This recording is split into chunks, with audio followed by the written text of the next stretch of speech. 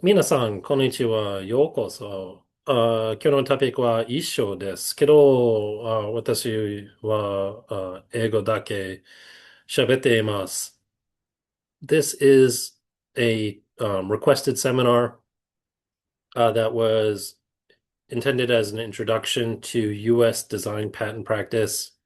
Um, there's some interesting notes at the beginning, but the real heart of the seminar is directed towards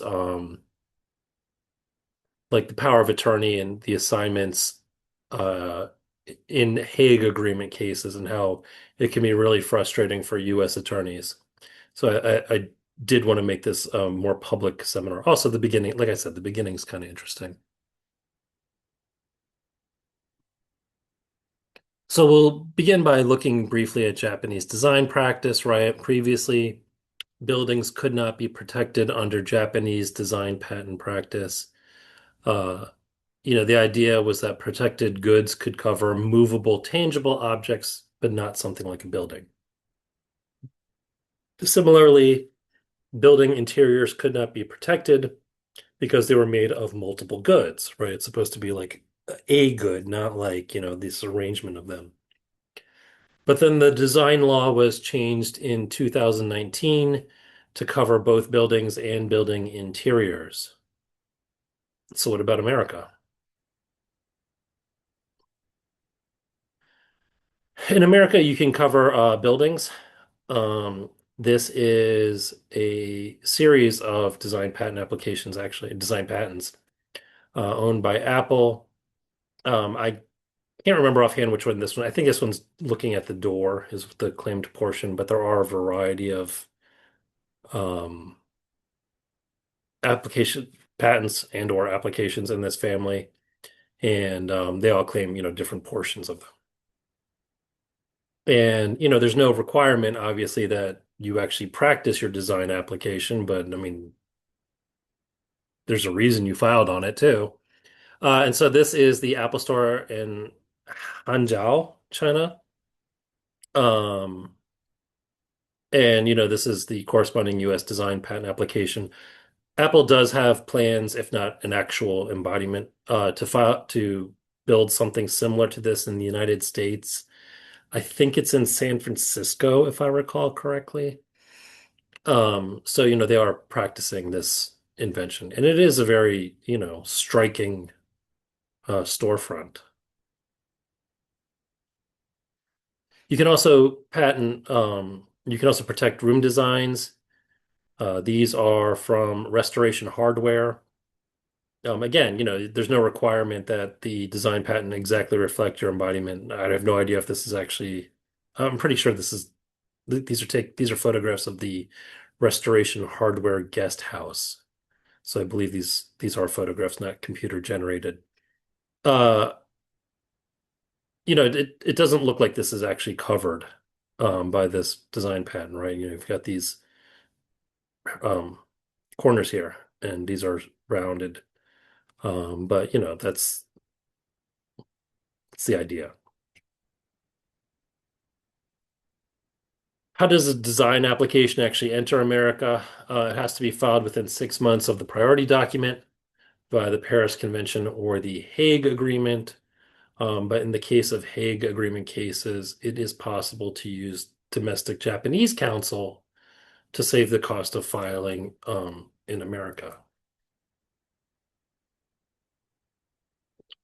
But there are issues with this Hague Agreement.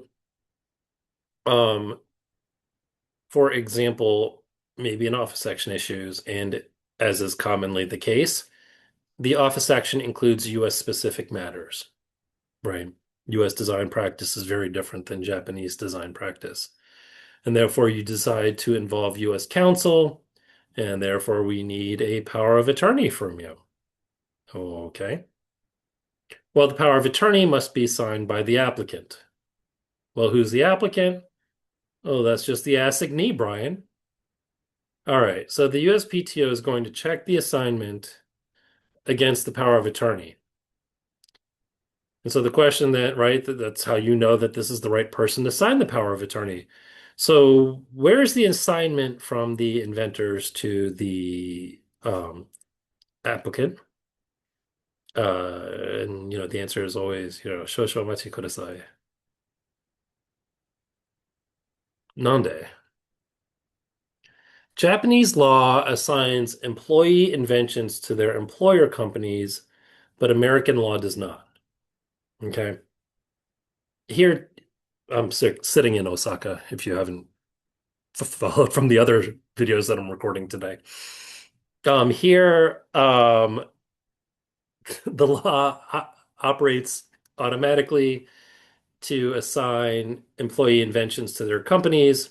That's not the case in America. We actually need this explicit assignment of rights from the employee to the employer. Um, for those of you who are interested in comparative law, we can and sometimes do file employment agreements as the assignment at the USPTO, but that is generally a discouraged practice. Oh, that's the next slide. So maybe you want to record an employment agreement. What does the employment agreement say? Brian, that's no problem. We can translate that employment agreement if you want to follow a Japanese one. But that's not my point. It's not about what is um the existence of the translation. It's that there are many ineffective English language assignments drafted and filed by US companies. Okay. Like American companies file these as well, and they can't always get it right.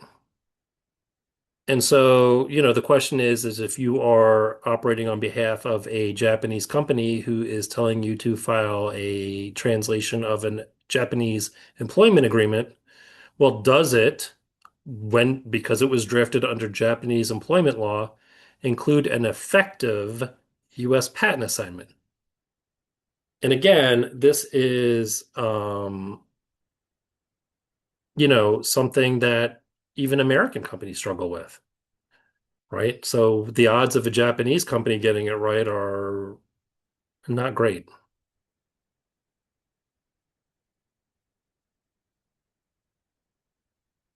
My goal is not to scare you. Okay. This is a nightmare issue. I have never seen it. Um, but at AIPPI last year, I discussed this with someone at I guess it's WIPO, and they're aware of the issue too. Like this, they were asking me, they're like, "How do you deal with this?" And I'm like, I don't know. We haven't seen it, but we all know that it can happen, and it's going to happen to somebody someday, and I hope it's not you. But really, it's not even about this issue itself. It's about the office action that accompanies it. Why? What are you talking about, Brian? To avoid extension of time fees, you should file a response within 2 to 3 months of the an office action in the design case. Okay. We don't even know that this case exists yet, right? This isn't like a, PCT national stage application where, we filed it and we know that the case is there and like, all of a sudden one day we get an office action and we spring into, to action. When these office actions come out in the Hague Agreement design cases, the applicant might not even have a U.S. attorney in mind yet, right? You're going to have to find U.S. counsel. You're going to have to send them the office action, and the attorney doesn't even know that the case existed, right? Like they have to start docketing the case. They have to open up the files. They have to retrieve the files. Like, and they're going to say like, okay, we have to get a power of attorney. Like it's going to. You've got a lot going on in a very compressed time frame, right? In a PCT national stage, we already have power of attorney. We got to get one. Okay, well, what do we have? Oh, we don't even have an assignment yet. Like there's all these issues that need to be resolved. And so the question then is your workflow prepared to resolve the office action and other issues like the assignment or potentially information disclosure statements, since not a lot of Japanese uh, practitioners know that these need to be filed in design cases. Can you address all of that within 2 to 3 months? Can you? That it's tough. It's very difficult. There's also issues that might be impossible to address after filing the application. These are kind of discussed in MPEP 1503 and 1504. Um,